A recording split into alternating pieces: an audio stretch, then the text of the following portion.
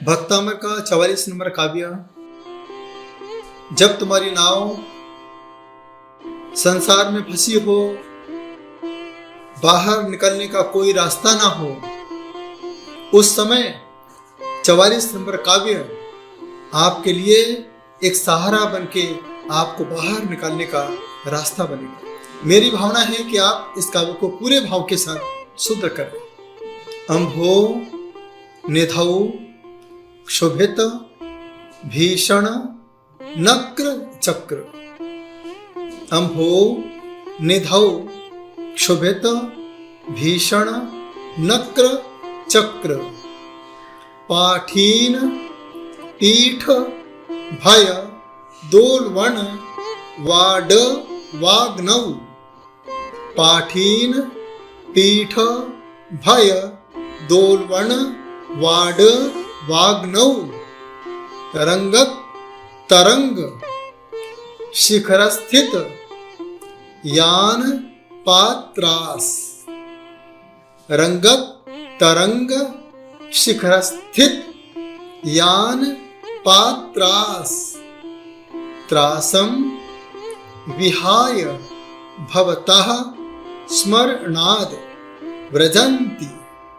त्रासम विहाय भवतः स्मरणाद व्रजन्ति। पूरे काव्य को एक साथ। अम्भो निधौ क्षोभित भीषण नक्र चक्र।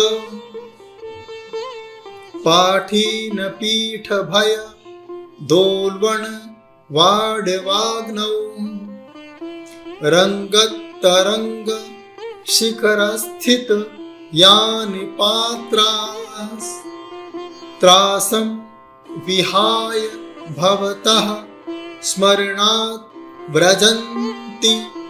अब संगीत के साथ इस काव्य को आत्मसात कीजिए। अम्भो निधौ क्षोभित भीषण नक्र चक्र। पाठीन पीठ भय दोलवन वाड वाग्नौ। रंगत तरंग शिखर स्थित यानि पात्रास। त्रासम विहाय भवता स्मरणात् व्रजन्ति। शब्दार्थ। अम्भो निधौ समुद्र। क्षोभित क्षोभित भीषण भयानक। नक्र मगर चक्र समूह। पाठीन पड़िना नाम की मछली। पीठ पीठ। भयत भयोत्पादक। उल्वण विकराल। वाड वाग्नौ बड़वा नल से युक्त। रंगत तरंग चंचल लहरें। शिखर ऊपरी भाग। स्थित स्थित यान पात्राह पुरुषों का जहाज। त्रासम भय विहाय छोड़कर भवतः आपके स्मरणात् स्मरण से व्रजन्ति यात्रा करते हैं। भावार्थ। हे तीर्थंकर देव, विकराल मगर बच्चों से सहित उछाल मारते हुए जलचर प्राणियों के समुदाय युक्त बड़वा नल की आग की लपटों से सहित महासमुद्र में तूफानी हवाओं से उछलती हुई ऊंची ऊंची तरंगों के कारण डगमगाता हुआ जहाज जब समुद्र में फंस जाता है, तब वहां भी आपका नाम स्मरण करते ही भक्त सब विपदाओं से बचकर सकुशल अपनी मंजिल तक पहुंच जाता है। यह संसार सागर के समान है। गहरी गहरी नदियां नाव बीच धारा है, तेरा ही सहारा प्रभु, तेरा ही सहारा है। इस संसार में कोई रास्ता नहीं है, कहां तक पहुंचना है, कैसे पहुंचना है, कैसे रास्ता मिलेगा, आज तक किसी को नहीं पता है। तो मानता हूं आचार्य इस काव्य के माध्यम से आपसे कह रहे हैं, जब कभी आपकी नाव समुद्र में फंस जाए, उसे पलटने के लिए बड़ी बड़ी व्हेल मछलियां पलटने को तैयार हो जाएं, उस समय प्रभु आपके नाम का जो स्मरण कर लेता है, आपके नाम को उच्चारण कर लेता है, वह उस समुद्र से सकुशल बाहर लौट के आ जाता है। रामायण की घटना के बारे में सभी जानते हैं। जब राम को समुद्र पार करना था तो वह सागर के किनारे आके खड़े हो गए। उस समय नल नील को आदेश दिया गया कि यहां पर पुल बनाना है।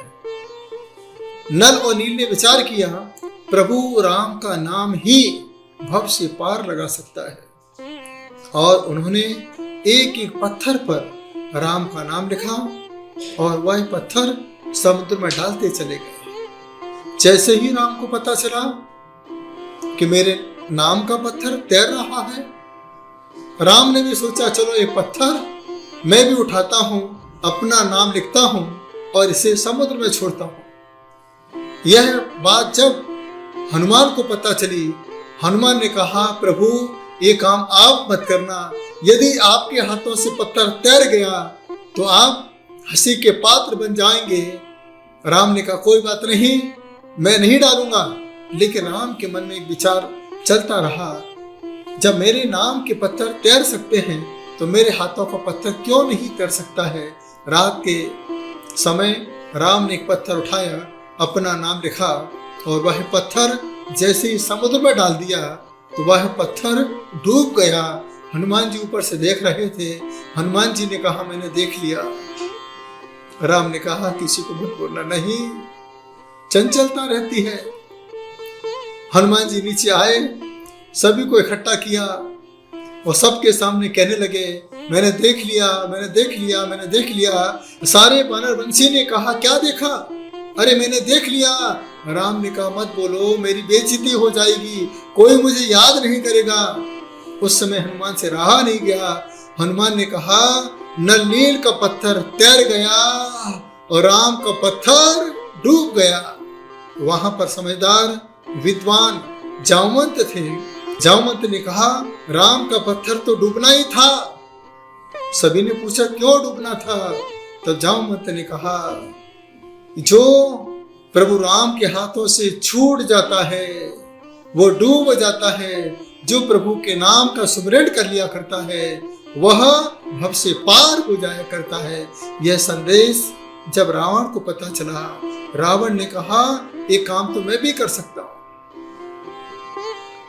रावण ने भी बड़ा पत्थर लिया, पत्थर को लिया, सबको इकट्ठा किया और जैसे उस पत्थर को समुद्र में डाला वो पत्थर भी तैरने लगा। मंदोदरी ने कहा हे स्वामी, यहां पर भी कोई छल किया होगा आपने, आपके हाथों से पत्थर तैर जाए ऐसा कोई आपने जीवन में अच्छा काम नहीं किया। सच सच बताओ इस समय आपने पत्थर को कैसे तैराया? रावण ने कहा मंदोदरी चल अकेले में, मैं बताता हूं पत्थर कैसे तैरा। तो रावण ने कहा हे मंदोदरी, मैंने बड़ी शिला अपने हाथों में ली, उस शिला को देख करके मैंने कहा हे शिला, तुझे प्रभु राम की कसम यदि तू नहीं तैरा, तो प्रभु राम की कसम दिलाई उस पत्थर को, तो वो पत्थर अपने आप तैरने लगा। तो यहां मैं आपसे यही कहना चाहता हूं, एक पत्थर पर जब राम का नाम लिखा जाता है तो वह पत्थर तैरने लगता है। तो जो प्रभु के नाम का सुमिरन करता है वह संसार समुद्र सागर से अपने आप पार क्यों नहीं हो सकता है? सिर्फ मन में श्रद्धा चाहिए, मन में एक आस्था चाहिए। इस आस्था से जुड़ा हुआ यह काव्य है। जब कभी आपको लगे हम संसार में फंस चुके हुए हैं, कहीं कोई रास्ता नहीं दिखाई दे रहा है, इस कोरोना महामारी काल में कई ऐसे व्यापारी हैं जिन्हें कोई रास्ता अभी दिखाई नहीं दे रहा है, करें तो क्या करें। 2 साल से बच्चे घर पर बैठे हुए हैं, उन्हें भी कोई रास्ता नजर नहीं आ रहा है, कैसे पढ़ाई करें। घर में रहने वाले आगे के बारे में सोच नहीं पा रहे हैं। मैं आपसे कहना चाहता हूं, सिर्फ आप 44 नंबर काव्य का सहारा लीजिए। वो 4 और 4, जब 4 और 4 मिल जाते हैं, ये कड़ी बन जाती है। ये कड़ी बनती है तो नई ताकत आपके अंदर पैदा हो जाती है। इसे आप आत्मसात कीजिए। इसके साथ रिद्धि जाप है, मंत्र जाप भी है। इसकी विधि आपके बीच में रख रहा हूं। चलिए पहले हम रिद्धि जाप करते हैं। ओम ह्रीं अरहं नमो अमीय सवीणं ज्रों ज्रों नमः स्वाहा। मंत्र जाप। ओम नमो रावणाय विभीषणाय कुंभकर्णाय लंकाधिपते महाबल पराक्रमाय मनिचिंतितं कुरु कुरु स्वाहा। सफेद कपड़े पहन करके उत्तर दिशा की ओर मुंह कीजिए। इस यंत्र को आसन पर विराजमान कीजिए। एक कलश और दीप लगा करके 44 नंबर काव्य के रिद्धि और मंत्र जाप को कीजिए। इसके अलावा आप जल के द्वारा भी मंत्र साधना कर सकते हैं। यदि किसी को ऊपरी बाधा हो, ऊपरी प्रकोप उसे सता रहा हो, उस समय आप जल लीजिए। जल को 7 बार ऊपर से उतारिए। इस काव्य को पढ़ते जाइए। उतारने के बाद वह जल किसी पीपल के पेड़ के पास छोड़ते जाइए। तुरंत ही ऊपरी बाधाओं से समाधान हो सकता है। यदि आपकी अच्छी ग्राहकी नहीं चल रही है, ग्राहक आपके दुकान पर नहीं चढ़ रहे हैं, आप एक तांबे के लोटे में जल भरिए। इस 44 नंबर काव्य को पढ़ते जाइए और पढ़ने के बाद उस जल को अपने दुकान के बाहर छिड़क दीजिए। अपने आप आपका व्यापार बढ़ता चला जाएगा। इसके बाद यदि आपको बहुत बेचैनी हो रही हो, घबराहट हो रही हो, आकुलता हो रही हो, उस समय आप एक चांदी के गिलास में जल लीजिए। थोड़ा सा नींबू निचोड़िए। एक छोटा सा मंत्र है, ओम हम साहा। इस प्रकार से 21 बार मंत्र का जाप करते हुए उस पानी को ग्रहण कर लीजिए। आपके बेचैनी का शमन होगा। व्यापार को बढ़ाने के लिए, अपने घर में सुख शांति के लिए, हमारे घर में किसी प्रकार से कोई अशुभ घटना न घटे, अपने घर में किसी प्रकार के विवाद झगड़े ना हो, तो आप एक तांबे के लोटे में जल भरिए। थोड़ा सा नमक, थोड़ा सा शक्कर लेके उसमें डाल दीजिए और एक श्रीफल पानी वाला उसके ऊपर रख दीजिए। ईशान्य कोण में हर दिन आप जल के कलश रखेंगे तो आपके घर में सुख शांति अमन चैन की बाहर आती रहेगी। आपका जीवन सुखी और आनंदित प्रसन्नचित्त हो सकता है। यह जल का प्रभाव है। पानी को व्यर्थ ना गंवाएं, पानी की सुरक्षा रखें। पानी को हम जब सुरक्षित रखेंगे तो पैसों की सुरक्षा अपने आप होती चली जाएगी। जिन घरों में पानी ज्यादा बहता है, उन घरों का पैसा पानी की तरह बहता है। कभी उनके घरों में पैसा टिक नहीं पाता है। तो यहाँ आचार्य मानतुम स्वामी ने 44 नंबर का काव्य आपके लिए रखा है कि संसार से पार होने के लिए आप आत्म ध्यान करें, आत्म चिंतन करें, प्रभु से ही प्रार्थना करें, हे प्रभु इस शरीर में बहुत पानी ही पानी है। यह आत्मा पानी में तैर रही है, उभरना चाहती है, बाहर निकलना चाहती है। तो गहरी सांस लेते हुए उस वाष्प को महसूस करें, भाव को महसूस करें जो बाहर निकल के आकाश में जाकर के बादल बनाती है।